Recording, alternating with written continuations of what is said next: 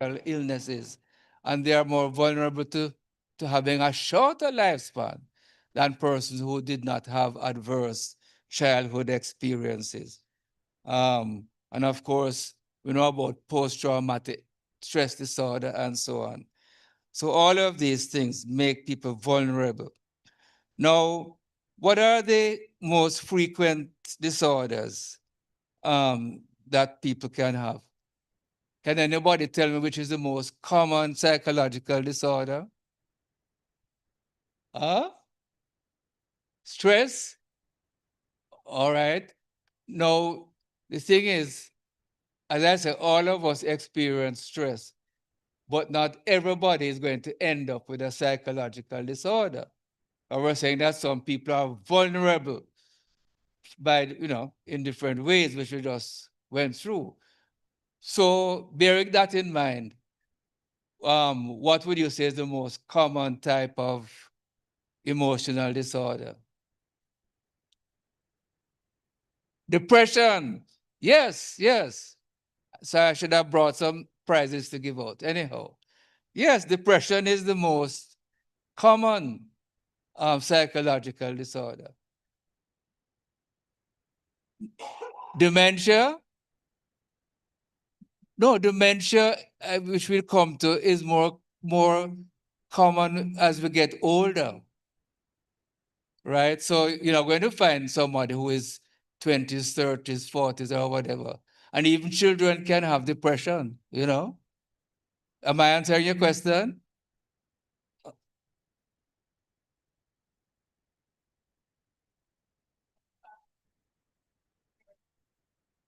Or statistical? No.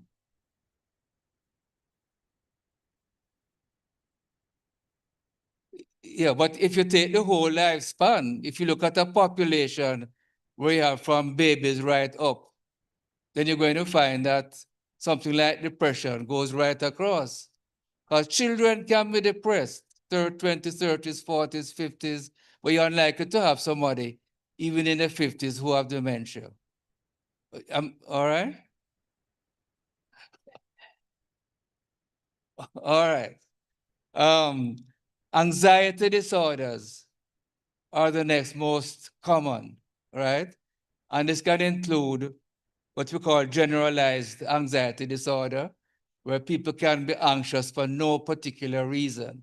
And of course, this requires medication. People can have panic disorder, panic attacks, with nothing necessarily preceding it, and post-traumatic stress disorder, coming from various types of trauma, right?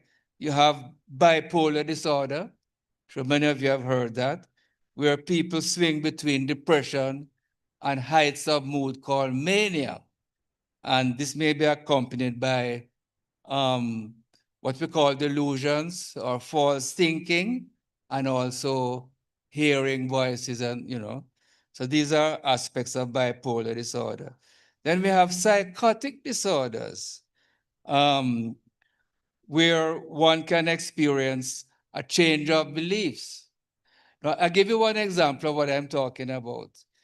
Um, they have had people who have committed crimes. And be careful when I talk about this. Most people who have psychological disorders are not violent. But I'm just giving an example of changes of beliefs. That if somebody is going to go to court who has a psychological problem, the court very often wants a psychologist or psychiatrist to check that person to see if they are fit to plead, whether they are guilty or not. If the person is delusional and has false ideas, right, and feels that a voice told them to do this or that, that person clearly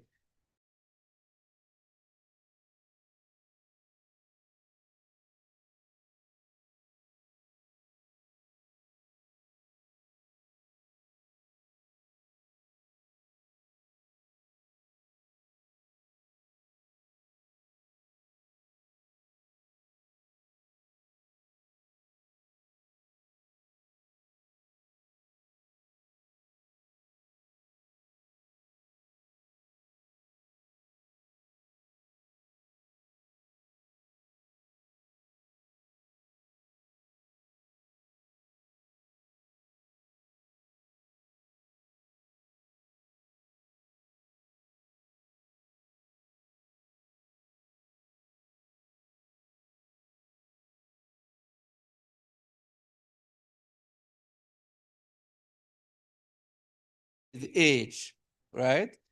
So yes, it is not uncommon, and it increases with age. There is what we call personality disorders. Now, all of us approach life and people in various ways, and mostly in keeping with our culture. Um, and you know, when our relationship with people ends up causing distress for others or distress for us, that is known as a personality disorder.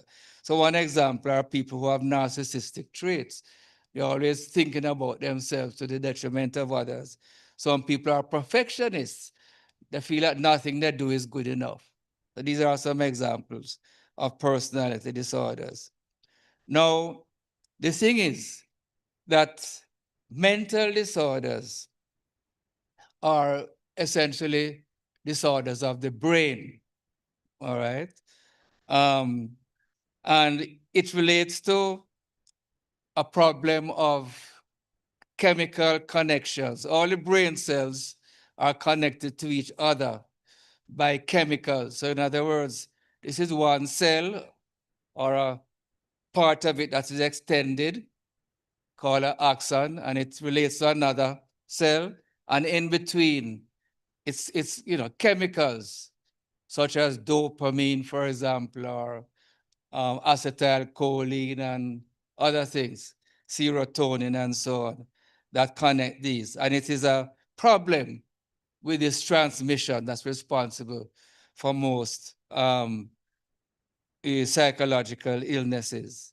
Um, some disorders are developmental, beginning in childhood, like for example, ADD is a type of developmental disorder, autism, spectrum disorder, uh, intellectual disorder, and so on, can be related to developmental problems in childhood.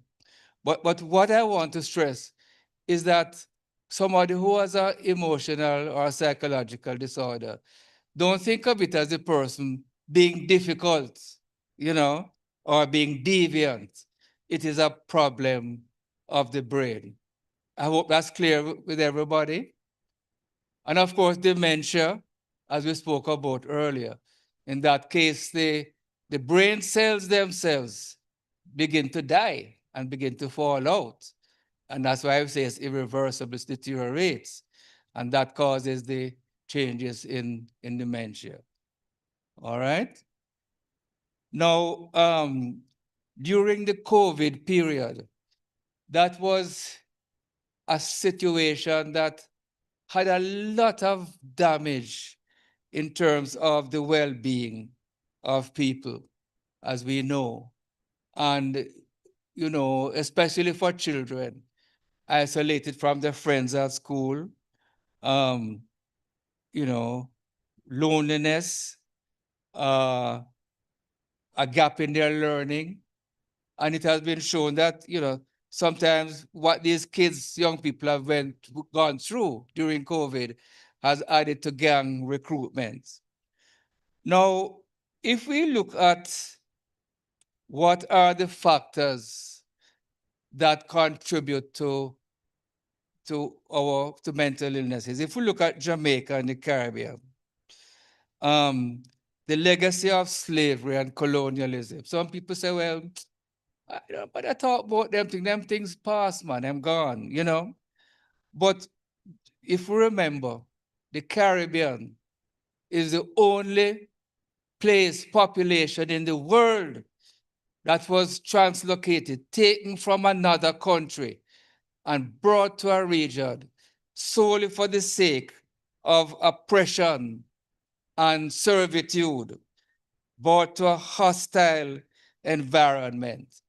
And Professor Orlando Patterson at Harvard, social historian, an expert on slavery, he said that this was a monstrous distortion of human society. And any of you who read at all about, the history of slavery, books by Thistlewood and all these people, a monstrous disorder of society. And Marcus Garvey would say that a people without knowledge of their past history, and origin, And culture is like a tree without roots. Now, what are some of there are certain risks that when people are exposed to these risks, they are risk to having a psychological illness, a risk to having a psychological illness. Now, there are things that are risks, but they are very much present in the Caribbean society. So persistent poverty is one risk, right? That people who are in that condition are more likely to have emotional disorders. Chronic underdevelopment. And we know like the roads in Jamaica and lack of adequate health care and all these various things. And the kind of suffering people go through because of that, again, is a risk to mental disorder. Disrupted family systems, again, is a risk.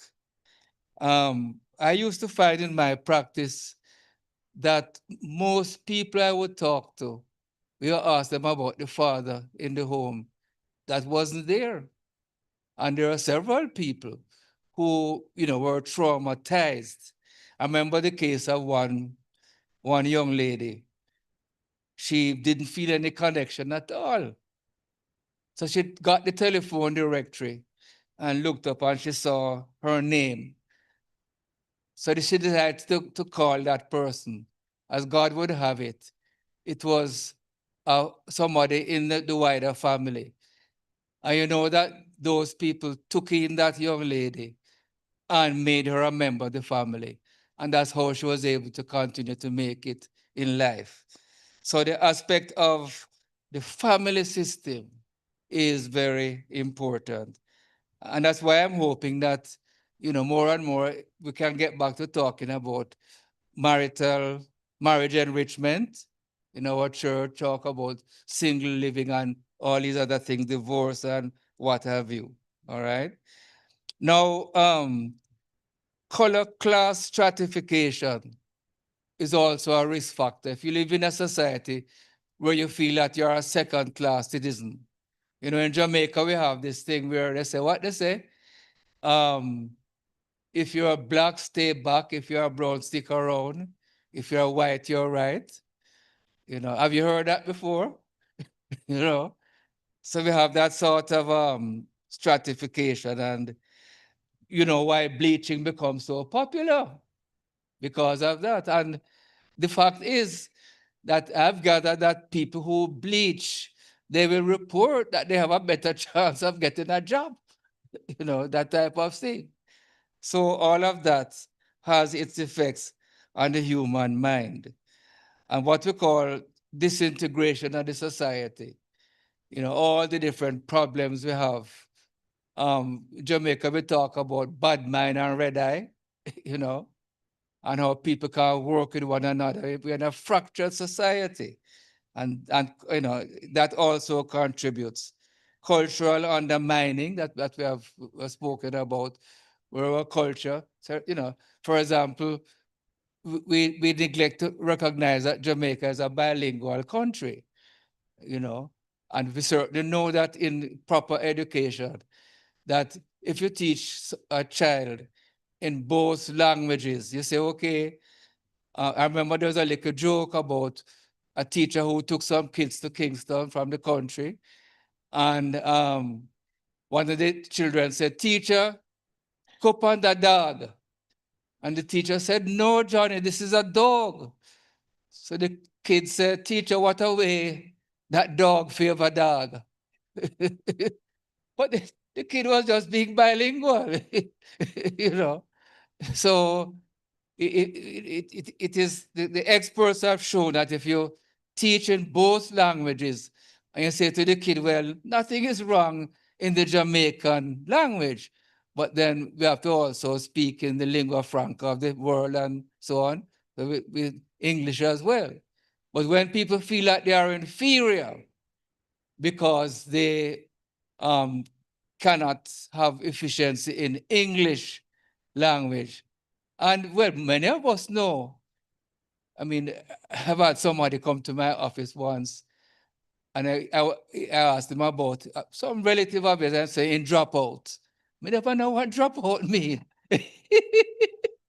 You know, to acquaint myself and saying drop out. You know. So many of us know that if we're dealing with people out there, we have to know the Jamaican language, you know.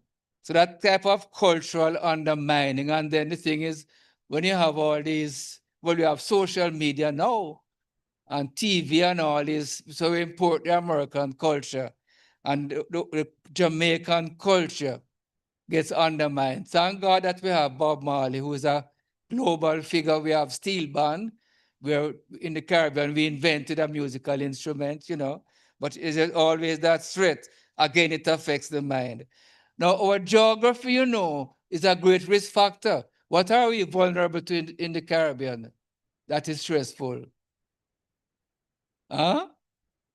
Hurricanes, hurricanes, and in some places like Montserrat and other places, earthquakes. So all these factors in our where we are makes us vulnerable. Now, the good thing in all of this is that mental illness is treatable.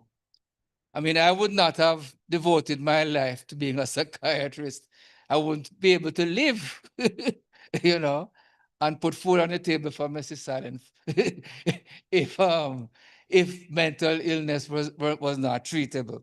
So psychotherapy is one way where we help people to understand more about themselves, understand more about life, more about their stressors, and be able to come up with their own solutions as to how they can adjust and grow. Medication is also important. I remember saying that most of these had to do with brain problems in the brain and connection between the cells and the chemical imbalances and so on. And so medication becomes very important. But I would say anybody that you know who's getting medication, tell them that they must always check with their doctor if they're having side effects and not stop it.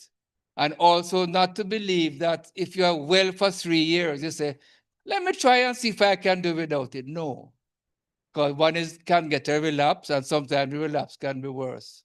So this is very important for people to recognize. Um, to be able to have a doctor or psychologist who can explain, we call it psychoeducation, to explain to one what is the nature of the illness. This is extremely important so people can understand. Not to say, well, me go doctor and he just give me some tablet. Me don't know what them for. So I can't bother take them. But if they understand, as I've been explaining, and how the tablets can help, as well as the psychotherapy, then that becomes important. Suicide risk management, again, important.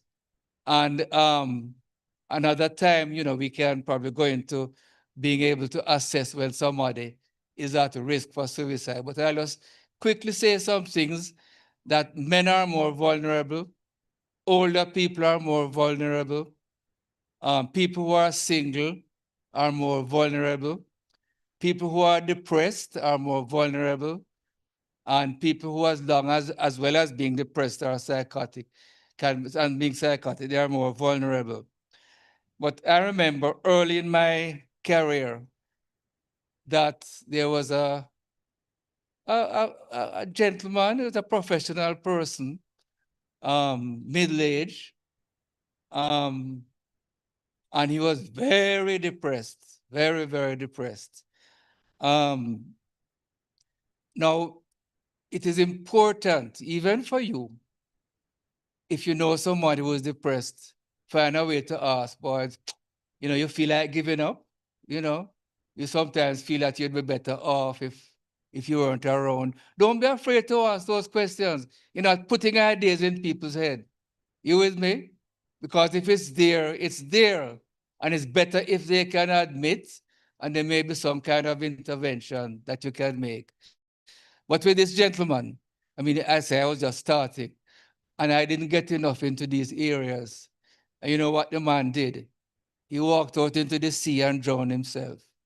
I never forgot that. I mean, my mentor was one of the early psychiatrists in Jamaica. Dr. Cook said to me, well, you can't win them all. And, we have to learn from experiences. And he said to me that sometimes if people want to kill themselves, there's nothing we can do to stop, But the point I'm making is that we have to recognize that this risk is a part of psychological illness. Okay. Um, Now, any treatment, psychotherapy, education, medication, psychoeducation, suicide risk management, needs the family and needs a community-based support. And that's where it comes into, as a healing community, we are there for support. I remember years ago, I went to an American psychiatric conference, and there's going to be a talk about schizophrenia. And there was this great expert on schizophrenia who was talking. So I said, let me go out here. And he said, colleagues, I can tell you one of the things that makes the most difference in the outcome of schizophrenia. And I was waiting to hear about some magic drug. I know you tell me what he said? What made the greatest difference in the treatment of schizophrenia? He said, where somebody has an interested and an involved family.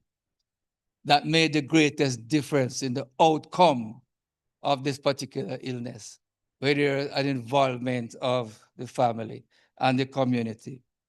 Now, we recognize that,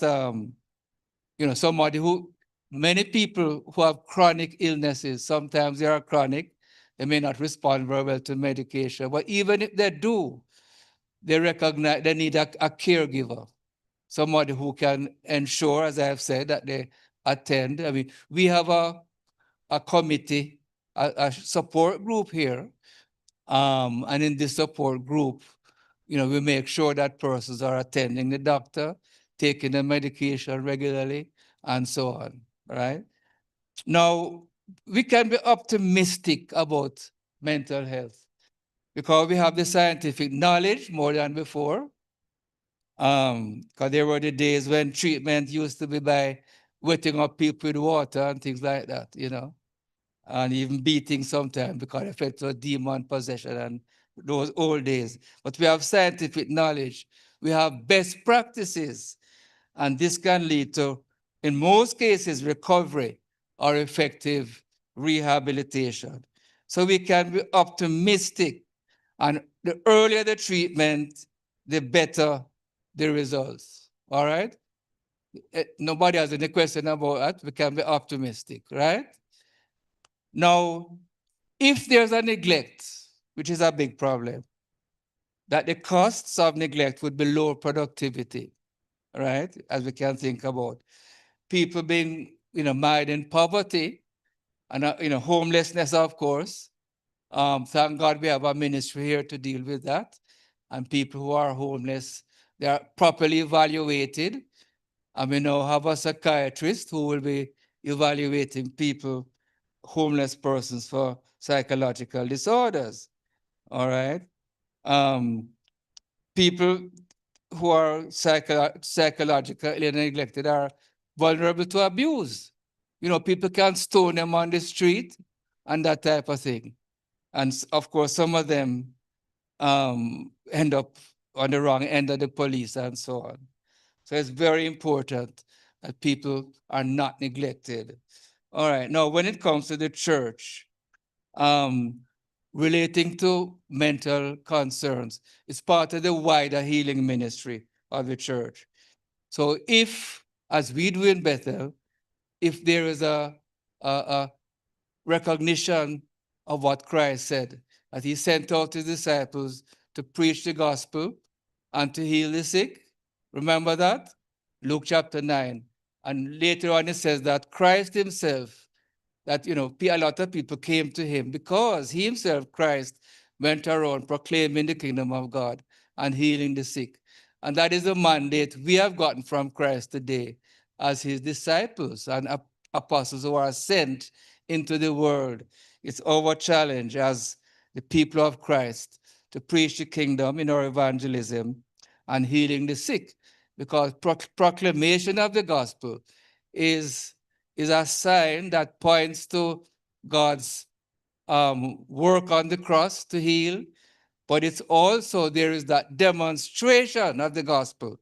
The gospel and the kingdom has to have practical effects.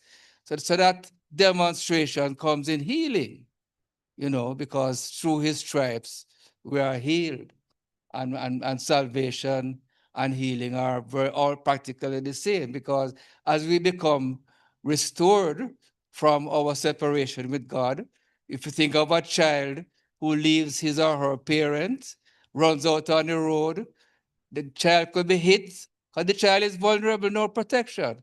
And as we are separated from God, we lack protection. We are vulnerable to all the risks that I was speaking about, as well as spiritual, the work of the devil and so on. So the work of Christ on the cross, the work of the Spirit, the gifts of the Spirit that the church has, the community of the Spirit that we have, teaching for growth, that we have, ministry of prayer, all these things peculiar to the church and not to secular institutions. We have all of this, which can then benefit persons with psychological disorders. Now, of course, when we think about what is health, we recognize that the Bible talks about wholeness. So it says that in 1 Thessalonians um, 5, verse 2, I think it is, that may the God um, of grace sanctify you wholly, and may your body and spirit be sanctified until the coming of our Lord Jesus Christ. So then that health is harmony or wholeness between the individual and body, mind, and spirit, between the individual and others, the individual and the environment, the individual and God. So all of those things need to be looked after as we think about psychological concerns. Now, as a healing community, it is saying that in real community, that each is as important as the other. Each of us is as important as the other. And we're not going to have a situation where anyone is left unattended or any need is left unattended. So in our church, as part of our healing community, we have a medical ministry. We have counseling and mental health services, a ministry of prayer. And we have other ministries like legal aid and education and other things that relate to cutting the risk for stresses in life, and that contributes to wholeness. So we have the motto then that there can be no mental health without good physical health, and no good physical health without mental health. Now, how can we get started then in a mental health ministry? Every member can become an emotional wellness supporter. What do you think about that? An emotional wellness supporter. Everyone here can have that role.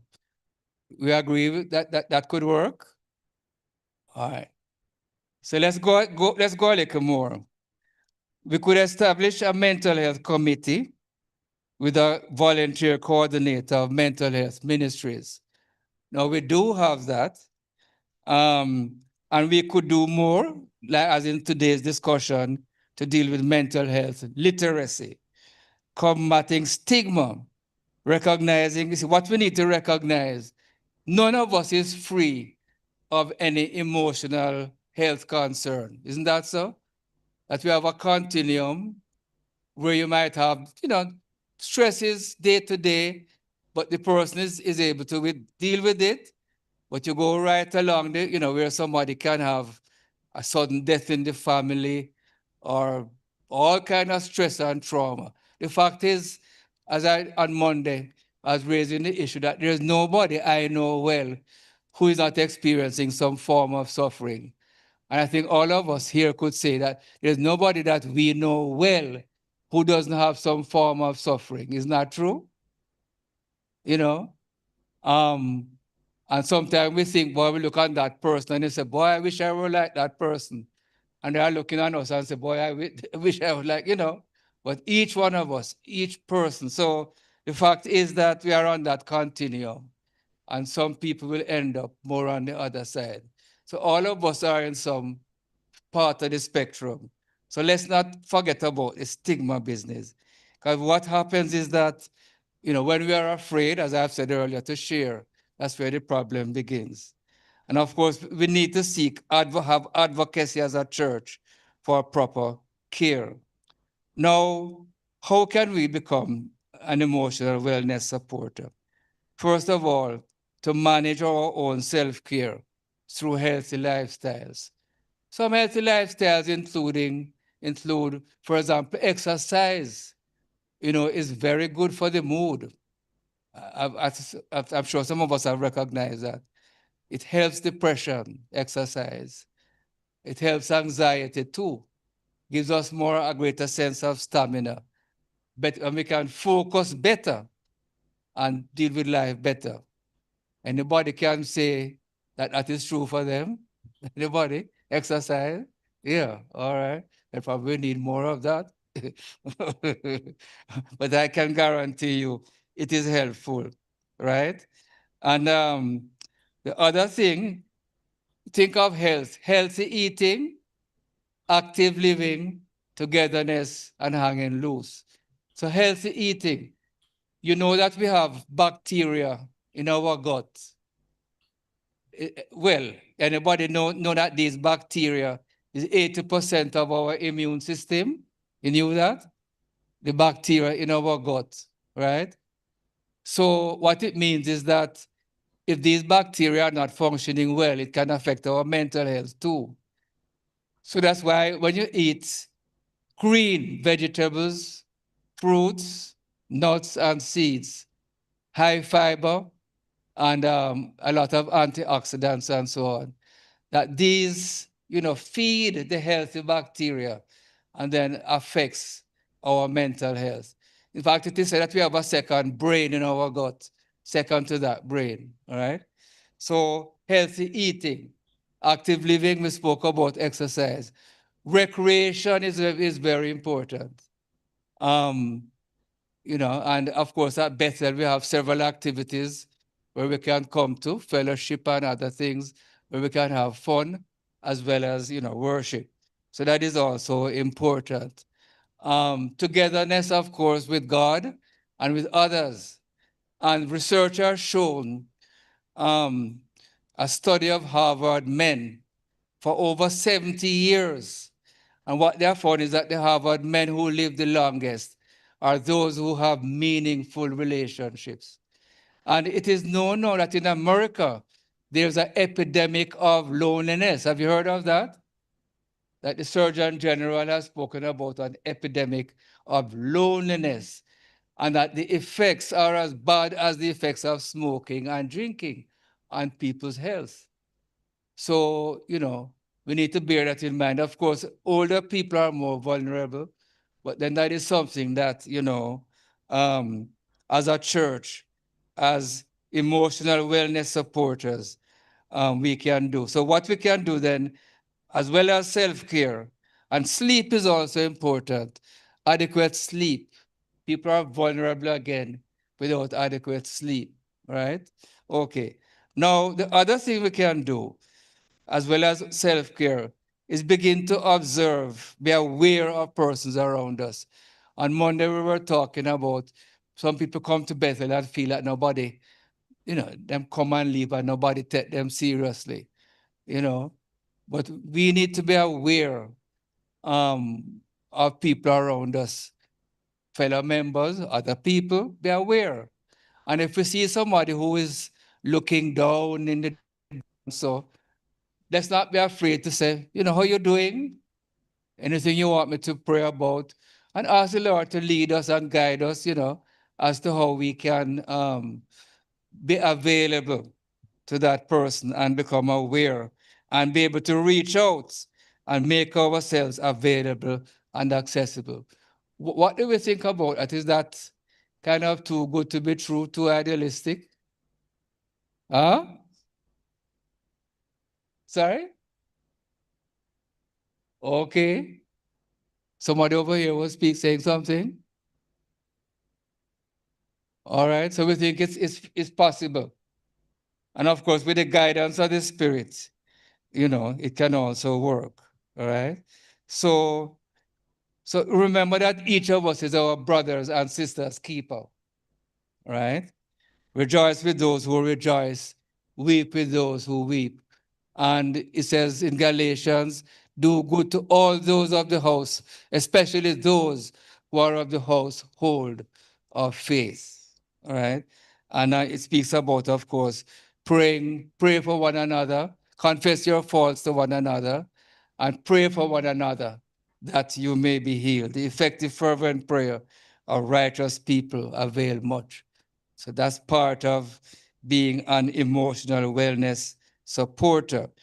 Now, as we reach out, we're going to spend time to listen, empathize, while being respectful and confidential.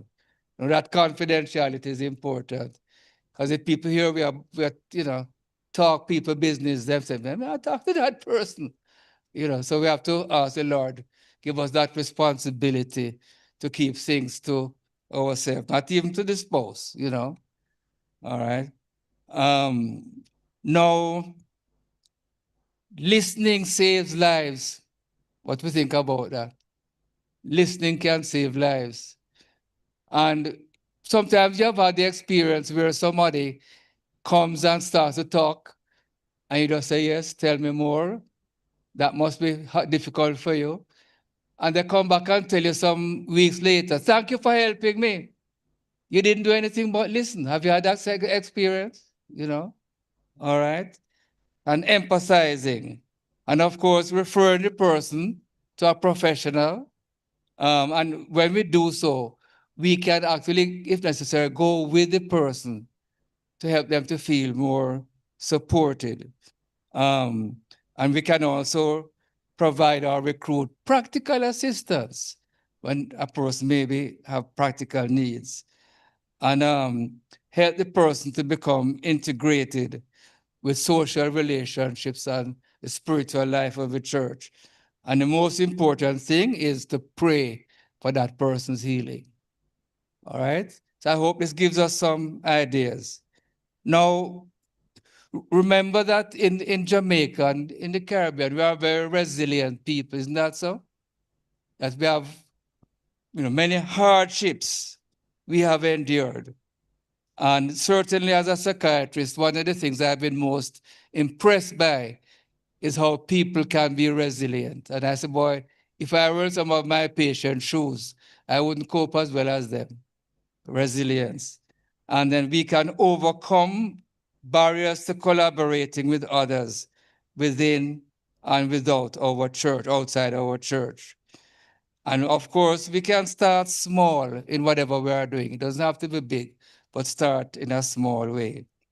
So, with this God of power, who we have, He gave them power and authority. With this God of power, all things are possible. Thank you for listening.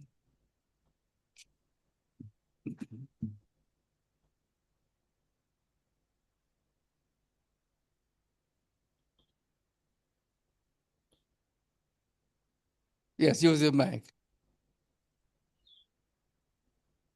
Good evening. Thank you for the presentation. So I have two questions.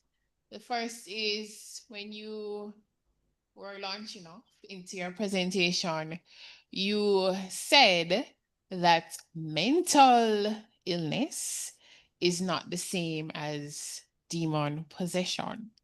And I've always wondered, how do you distinguish between which one is mental illness, and which one is demon possession, and is it distinguishable? So that was one question.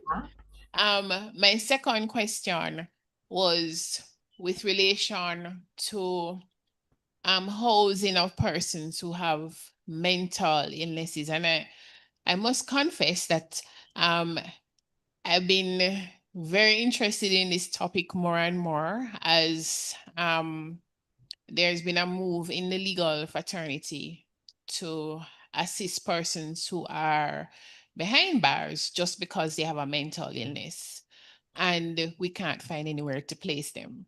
So, what is the option for placement or housing of persons who have a mental illness and their family is not coming forward? All right. The first question is important because I was pointing to several things that could work together and to make people vulnerable. Um, and of course, as we said, separation from God and so on, the spiritual aspect. I've had some experiences. I remember one, there was a lady who she went to somebody who was, I can't remember the name of the type of alternative treatment it was, but they had her chanting certain chants, and she had to bring certain things like flowers and fruits, and what they call votive offerings. I'm not sure who the offerings were to, but she was saying that she began having hallucinations, and when she was telling me about all of this, I treated her with medication, but we also discussed, and she decided to stop all of this other stuff. And I really believe that her stopping that also contributed to her improvement. I've had other experiences. Because if you remember the Gadarene demoniac in the Bible, he was able to, the spirits were able to discern that it was Christ, it was the Son of God. And he said, leave me alone. And also his superhuman strength. I remember some couple patients would tell me that they would be in a state and they were able to say things about people around them that she didn't know them, and there was no way that she would have known anything about those persons.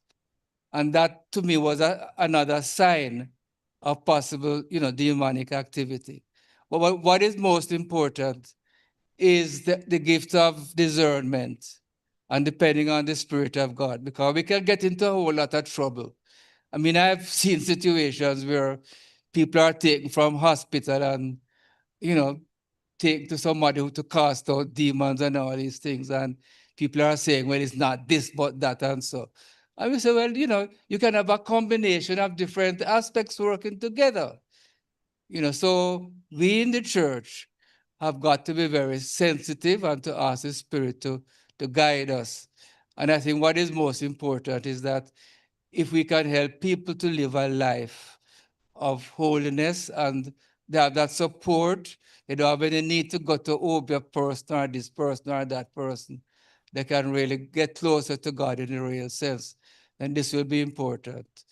All right, the other question about residential, this is a very important issue. Dr. Professor Abel used to have some group homes. I'm not sure if he still has them, I think so. And there are other people in the mental health field who I know in Montego Bay. Oh, there's a lady, I can't remember, but her name has slipped me. But she had formed a foundation that provided residential care for the mentally ill, you know. But it's a very important concern. Um, and we in Bethel, in East Kingston, we used to have a residential situation. Well, it did involve people who had problems with dependency, chemical dependency, and so on. But it's a very important issue, and I think it's something that, as we in Bethel think about possibilities that, wherever we can address this need, it is very, very important. All right. I hope I've answered the question. All right. Any Dr. other? Dr. Allen. Hi, Yes. Dr. Allen. This is Edna. I'm not in church, but I want So to thank whoever's in you. charge of the session, you can't say when the time is up because I'm just answering and answering.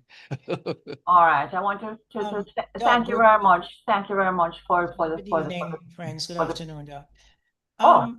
A number of young men in particular have committed some very heinous crimes.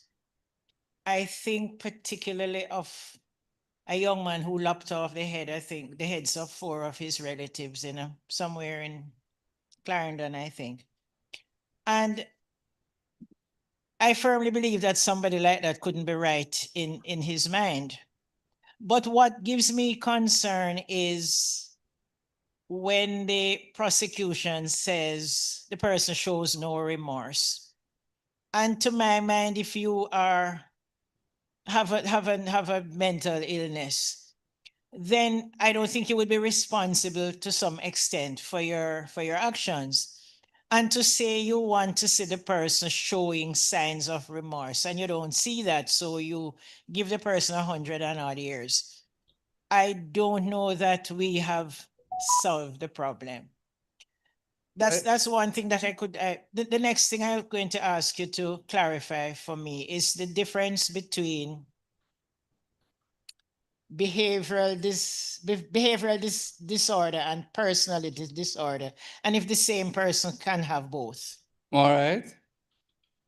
All right. So you spoke about personality disorders. There's one type of personality disorder. It's called antisocial personality disorder. It was previously called sociopathy or psychopathy. And I'm sure you have heard people talk about, heard sociopathic people.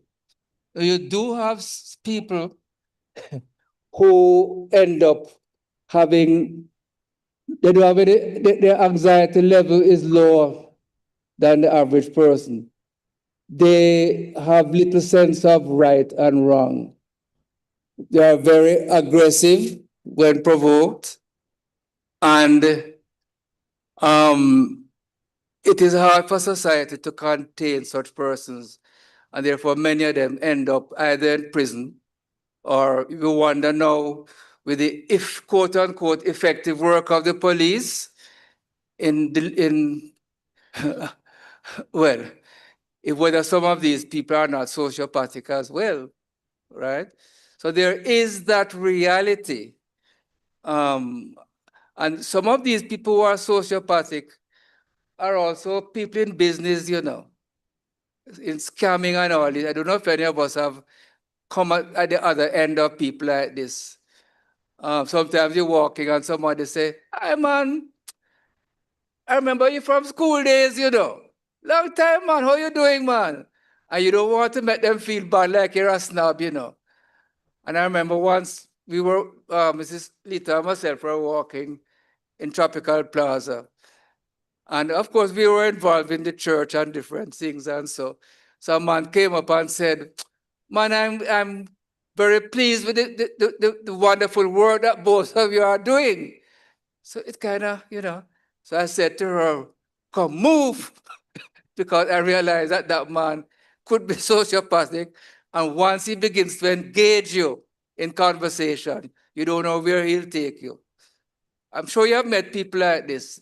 They have the gift of the gab, and they can sell you London Bridge. And there's a question as to whether certain leaders in the world are not in that category. No, seriously. All right, so there is that aspect. Do not believe that mental illness makes one vulnerable to violence.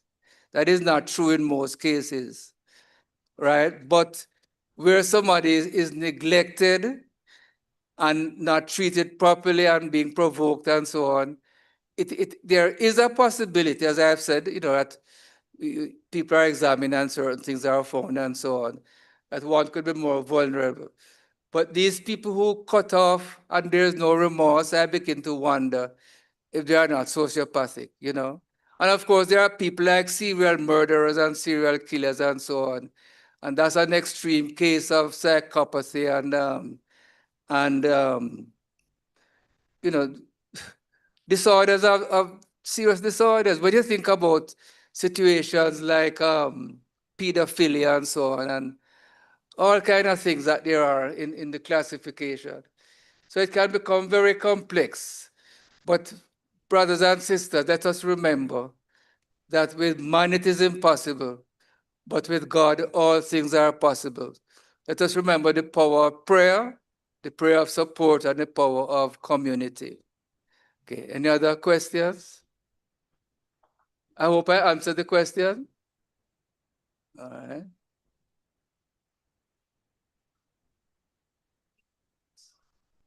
Oh, yes. Now, children who some children can have what we call conduct disorders or behavioral disorders. And this could relate in some cases to things like ADD, or it could relate to lack of proper socialization, you know, where if a child wants to have something, that the parenting is inconsistent. Sometimes they are spanked without any explanation. Sometimes their parents allow them to go on with what they're doing. This inconsistent parenting and the adverse the ACEs, the adverse conditions of childhood, you know, can make people vulnerable to conduct disorders. And these, can be troublesome kids in school. And I think, that's where teachers in special education and so on need to know more about this. So very much so, we can have conduct disorders and behavioral disorders. And the thing is that where you have conduct disorders that are not managed, they can morph into the sociopathic personality. All right.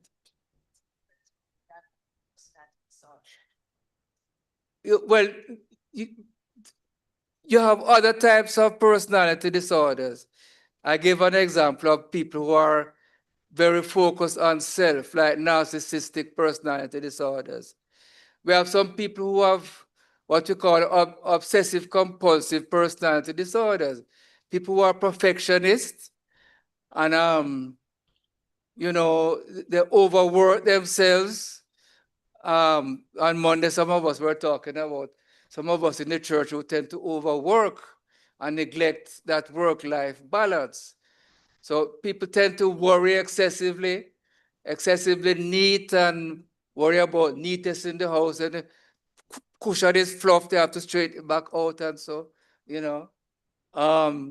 You have some people um, who are what we used to call schizoid, what is the other word, but who tend to keep to themselves, who tend to be shy, introverted. There's another name which I can't remember right now. But you have some people with those type of traits. All right. You have some people who are known as borderline personality disorders, who shift from believing that you love and like them and feel in the next minute that you hate them. And these people can get into rage and anger. You probably know people like that who easy to get into anger, easy to get into a rage, and sometimes also can abuse substances as a way to cope. So you have a whole variety of different types of personality disorders. There's a histrionic type of person who is seductive and, always darling and stuff like that, so different types. All right. I hope I've answered the question. All right. Good evening. Yes, ma'am. Persons who have suffer from mental disorders and are on medication, but they end up relapsing because they don't take the medication, because they don't like how the medication make them feel. Why is it that the medication that they're given make them feel like zombies, that they don't want to take it? All right, now this is extremely important. And this is why I'm saying it's important to have a relationship to a doctor, or even your GP, who might have referred one to the psychiatrist. But I always used to say to my patients, look, call me. If I'm with a patient, leave a message with my receptionist and let me talk to you. 'Cause I don't want to come back to me and you stop the medication for 2 weeks, you get into a relapse because of side effects. And the other thing is that I used to give a handout where I used to tell people about the possible side effects of the medication. So it's useful to be able to work with somebody who can, discuss this with. Don't be afraid to ask questions. Tell anybody you know. Don't be afraid to ask questions. All right.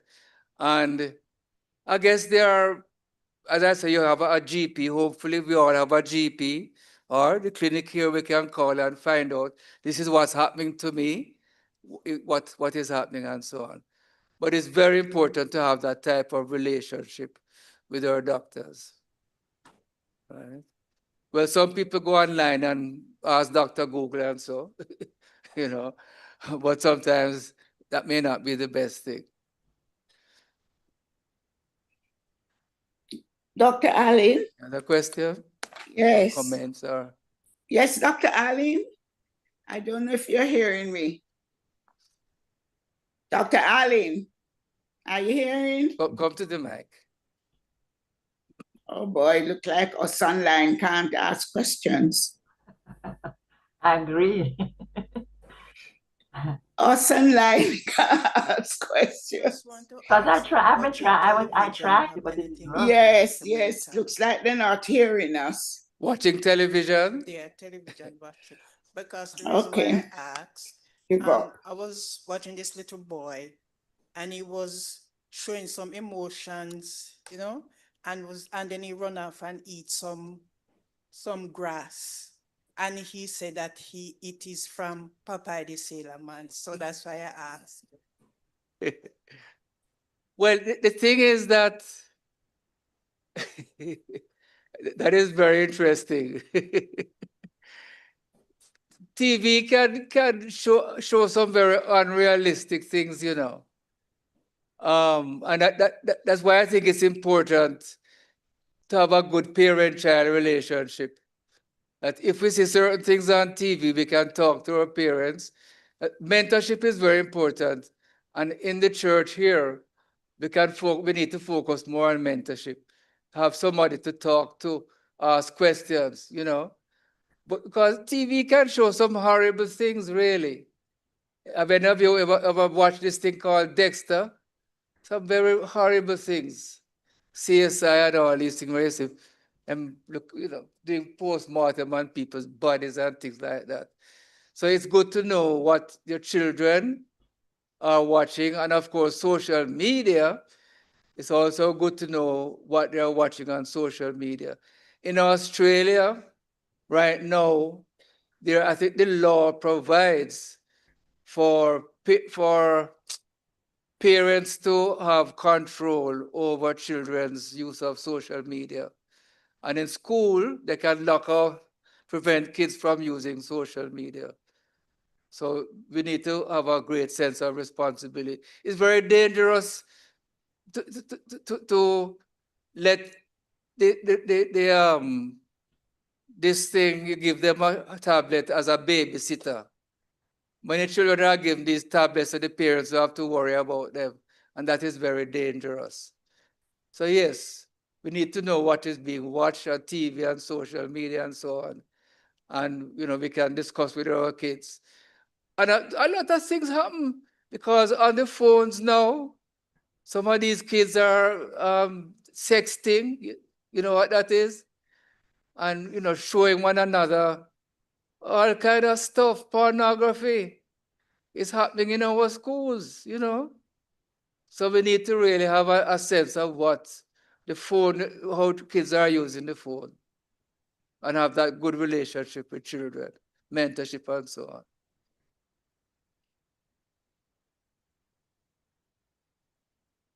All right.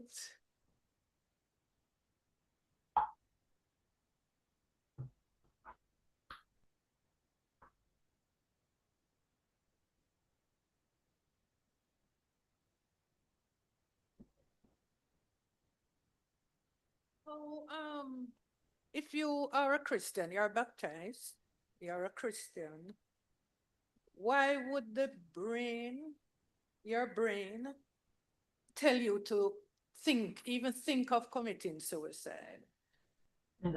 Shouldn't your faith be so firm that you don't think of committing suicide? I'll give you a simplistic answer. Most people, when they're getting older, develop what? Arthritis, see? Back pain, knee pain, no so? Neck pain, and all those things. That's a disorder of the joints. We can have kidney disorder, heart problem, all kind of different problem in the body. The brain is a part of the body. So just like how you can have problems with different parts, we can also have a brain problem. And that brain problem, as I was trying to explain, can affect how we think and how we behave. All right, so even if we're a Christian, we can have, ailments of different types, including ailments of the brain. I hope I've answered the question. So nobody is not vulnerable. It's interesting. There's remember when Paul was giving testimony before, was it Agrippa? And I think he said to Paul, much learning has made you mad. You remember that? Anybody? But in the Bible, when I looked at that, it's interesting that the Bible had a term for that type of illness. And also remember Christ's parents, his relatives came to get him because they thought he was mentally ill. Because they couldn't understand his teachings and what he was doing. So even the Bible speaks about that concept. All right. So let us understand then that the brain is like any other part of the body. It can go wrong. And in talking about dementia, it's very important before one diagnoses like Alzheimer's to do a lot of tests. For example, if one's thyroid is low, that can cause problems in one's cognition. I mean, I have had a problem with low vitamin B12. And when that affected me at first, before I started getting treatment for it, Mrs. Alvin will tell you that I was trying to put on some money onto the phone, some credit, and I couldn't put in the numbers because my brain wasn't functioning properly. But after with the treatment and so on, and I mean, I have myself went to a neuropsychiatrist because at one time I got into some situation that was making me feel a little depressed. And it was affecting my concentration. So he tested and so on. And of course, I work through these things, and I mean, my mind is as sharp as anything. But he was wondering at one time whether the B12 deficiency may not have played a role. So it's important to be aware. So anytime if you're not sleeping well, if you're not eating well, if you're feeling sad or unusually anxious, and you can't shake it, you find yourself being irritable, things like that.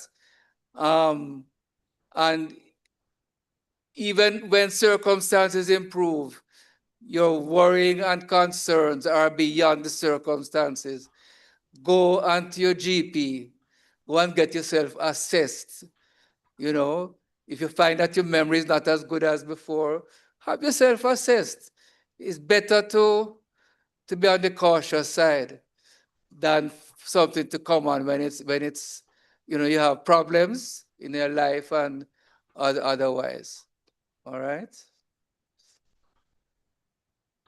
And of course, we'll have the persons, the emotional wellness supporters, all of us who are there for one another.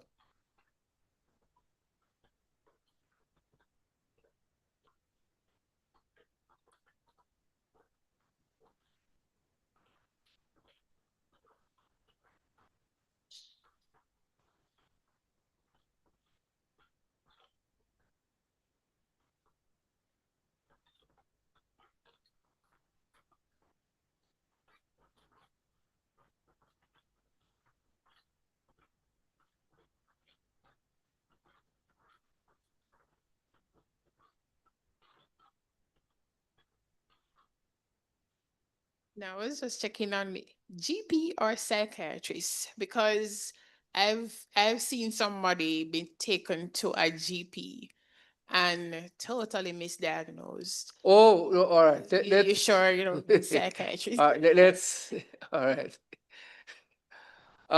Okay. Let's say psychiatrist, right? But there are some good GPs who are sensitive to these things. So you have to know your GP, but or psychiatrist. Sometimes it may take a few weeks to get an appointment, and in the meantime, one could be seeing a GP who is well acquainted with these things. But you have to know your doctor, right? So, but the psychiatrist is the pivotal person, right?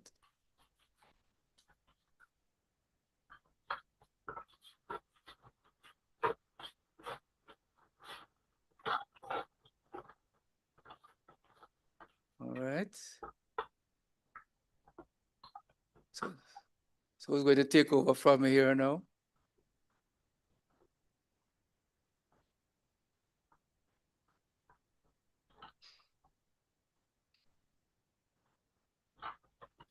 I don't know if we're supposed to be on Zoom. Well, I wonder if there are any questions from Zoom. We don't want to leave out those persons. Dr. Allen, we have been trying to ask questions, but oh my Lord. Well, let's go ahead with that then. Edna Walker was trying. I was trying earlier, but nobody was listening to us. Lord of mercy. All right. Go ahead, please. Yes, Dr. Allen. Thank you. Thank you very much for your discussion this evening and your presentation. When you're talking about the behavioral disorders, I just wondering if men or persons who abuse their spouses, if they're suffering from some disorder, because, well, yeah, let me just leave it there. There are two or three types of situations. One, you have people with a narcissistic personality disorder who are extremely selfish and they want to be in total control of their partner out of that extreme selfishness. So some of these people, for example, will abuse their wife because food is not put on the table in time. And they have a vested interest in making the spouse feel incompetent. Yeah. So sometimes if they boil the egg, they say they don't want boiled egg, they want fried egg.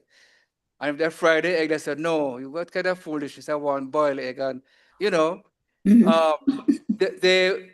they work on the spouses so much until the spouses totally lack confidence. Yeah. I'm sure you have heard of situations like that. Yeah. And then some of them, they also use a technique that when the spouse begins to complain, they start to cry and bawl, go down on their knees and say they are sorry. And the spouse take pity on them, and it becomes a a vicious cycle in that Right. abusive type of relationship. Of course, sometimes there are some spouses who are afraid of being killed, and that's a reality where if one has been hit, and I say to people, one hit is enough. Yes. One hit is enough. Somebody should leave right at that particular point, you know. Mhm. So, and then sometimes people then become afraid. And this is where we we're supposed to have services in Jamaica, and we need to check about that for persons in this situation, where they can go to um, special centers where Yes, yes. where The Women's yes, Center and all that. yes, They yes. still have them. So Yeah. it's important for us here. Probably we need to get some of these numbers and so on. The other issue around this, is that there's a view in some churches. It's not in Bethel, I don't think, that the man must be master of the house. Um, and if a woman complains, she's told that she must subject herself to the man more, and Yeah. she's seen as a troublemaker. But as we are talking here, hopefully more and more churches can become sensitive. So this spousal abuse thing is a in itself, and probably needs a special session to deal with that. It can be a serious problem. People sometimes can have what is known as pathological jealousy. Yeah. That if they see the spouse, both ways it can work, talking to somebody else, Mhm. they assume right then and there that the wife looking man or the husband is messing around. So you have this pathological jealousy, which in itself can be a mental disorder, part Oh, of what we call paranoid psychosis. yes, All yes. right. Right. Thank you. Yes, Right. in watching the movies, sometimes you really wonder. Oh It's as yes. if the Oh work on yes. the female until she, gets really Yes. lack of, she lose her confidence in Mm-hmm. herself, and then Yes. Mhm. Yes. Any Thank you. other online questions? Oh, Dr. Allen, can you hear me? Yes. Oh yes. Okay, because I was trying sometime and Celia said, okay, and I just endorsed what Celia said about thanking you for the presentation.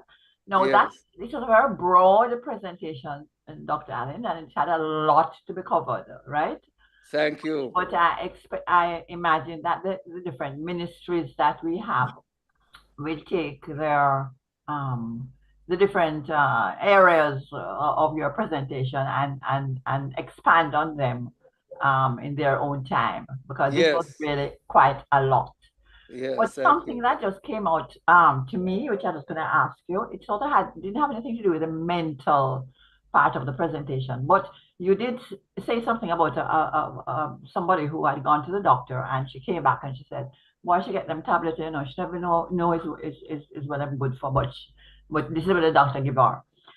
I've heard that type of thing quite often.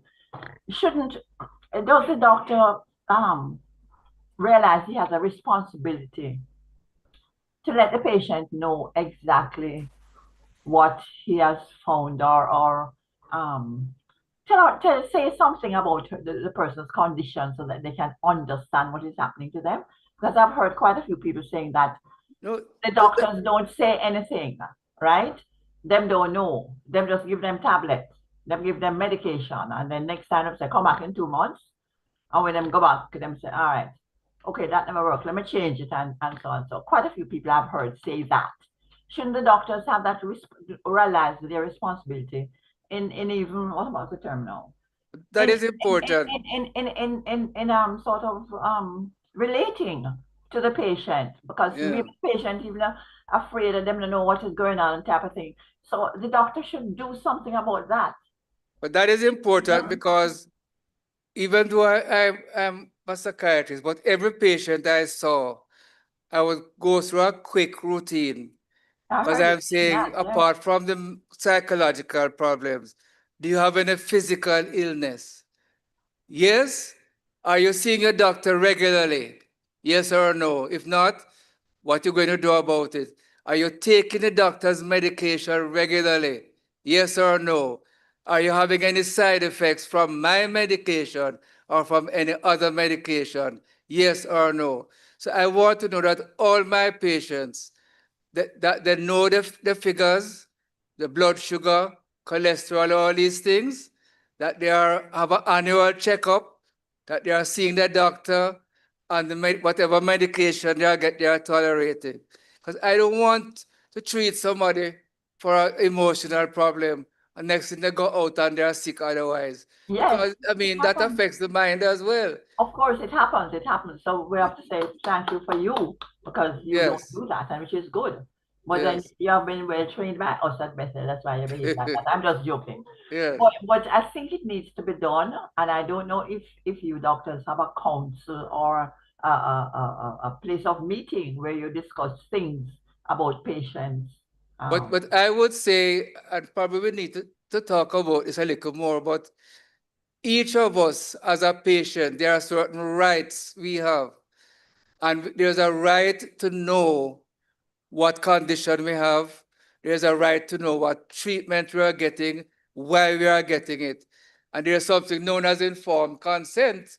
If somebody is going to have surgery, for example, don't you sign a consent form, right? But there's also a principle of consent that when a person is taking a tablet from a doctor and putting it in their mouth, that they should be informed before they consent to take that medication. We need to look Right? at that, Dr. Allen. We need to Yes, look at that. very Maybe important. Andre do Yes. a thing on that and balancing Yeah, those. we But we need need to to have do a that. session Very about important. Very patient important. rights and how we deal with our doctors. Thank you very much. Anybody else online? Any YouTube questions?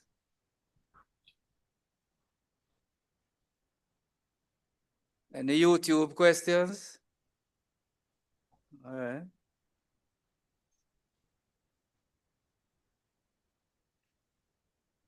All right, so nothing else online then or YouTube? Okay. So you're going to. So thank you very much.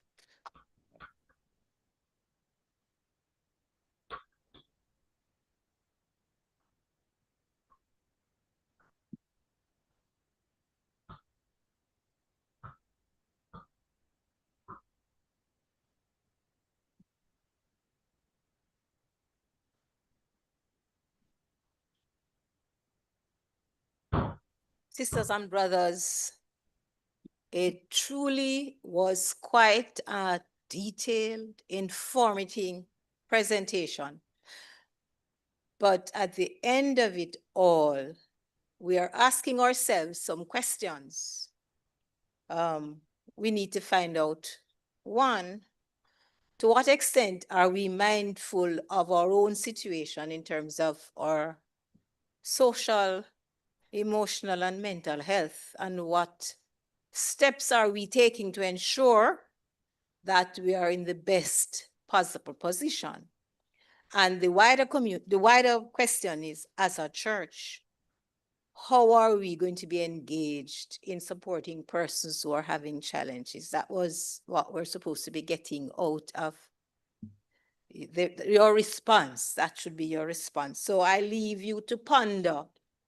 One, what am I doing about my own condition? Because sometimes we tend to see things happening and then we ignore and then it deteriorates. We want to really thank Dr. Allen, not only for this presentation this evening, but for his lifetime of work in the field. And Dr. Allen has been one of those doctors who, in terms of ethical considerations when it comes to patients, check A1. Even when persons are impatient with certain approaches, he maintains them. And so we want to give God thanks for his stewardship over the years. Yes, I worked at a an organization that had responsibility for health and wellness. And we did make sure that employees who were challenged were referred to get the appropriate care. So I've been down that road in terms of some companies. There are some companies that have wellness programs that look out for employees' well-being. So today is Wednesday, tomorrow is Thursday. We will have Reverend Barnett come to address us on the importance of reconciliation and forgiveness in maintaining health, and that should be very interesting. On Friday, we'll have our closing exercise, and if you go up on the second floor on the admin building, you will see the children hard at work preparing their pieces and really getting engaged. So that should be interesting on Friday. I didn't get the notices that would normally be done on Wednesday, but just to mention that the funeral service for the father of our deacons, Glenister and Ken Tucker, father-in-law, Diti, grandfather to Alicia and Yolanda, will be on Saturday in St. Mary. We will ensure that the notice is sent around in the membership group so that those persons who are able to will support as necessary, as they're able, really. Do we stand for the benediction then?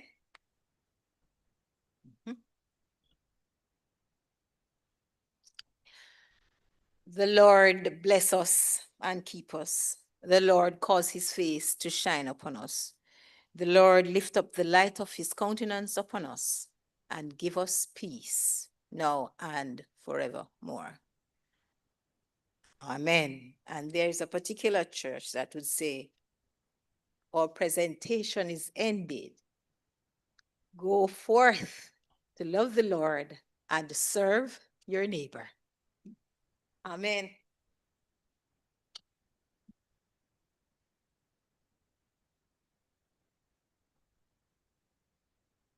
Those persons.